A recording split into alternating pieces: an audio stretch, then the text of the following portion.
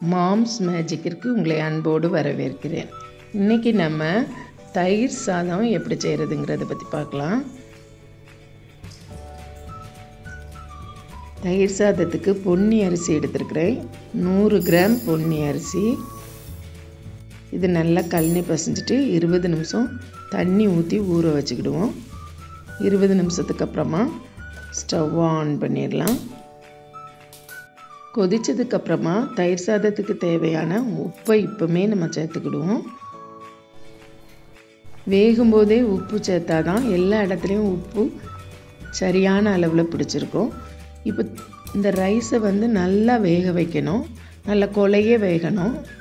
நல்லா கொலையே வெந்துட்டு இப்போ இதை வடிச்சிடலாம். தண்ணியெல்லாம் நல்லா வடித்தாச்சு. இப்போ சூடாக இருக்கும்போதே அதை நல்லா மசிச்சு விட்டுறணும். கொலையே வெந்தால் தான் அது கொஞ்சம் நல்லா இருக்கும் இந்த தயிர் சாதத்துக்கு.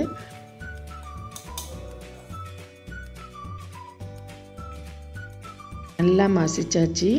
இப்போ இது கூட 1 டம்ளர் பாலையும் ஊற்றிக்கிடுவோம். தயிர் ஊற்றினோன்னா ரைஸ் திக்காயிரும். இந்த பாலை சேர்த்தா அதோட கன்சிஸ்டன்சி கரெக்டாக வரும். தயிரை மட்டும் ரைஸில் சேர்த்தோன்னா நம்ம கொஞ்சம் நேரம் கழித்து தான் சாப்பிடுவோம். அப்போ அது புளிச்சிரும். பாலை சேர்க்குறதுனால சீக்கிரமாக புளிக்காது. இப்போ 2 டேபிள் ஸ்பூன் தயிர் சேர்த்துக்கலாம். சேர்த்துட்டு நல்லா மிக்ஸ் பண்ணி விடுவோம். பால் சேர்த்ததுனால கன்சிஸ்டன்சி கரெக்டாக இருக்குது. தயிர் சாதத்துக்கு உப்பு காணலைன்னா இந்த டைம்லேயே நம்ம சேர்த்துக்கிடணும்.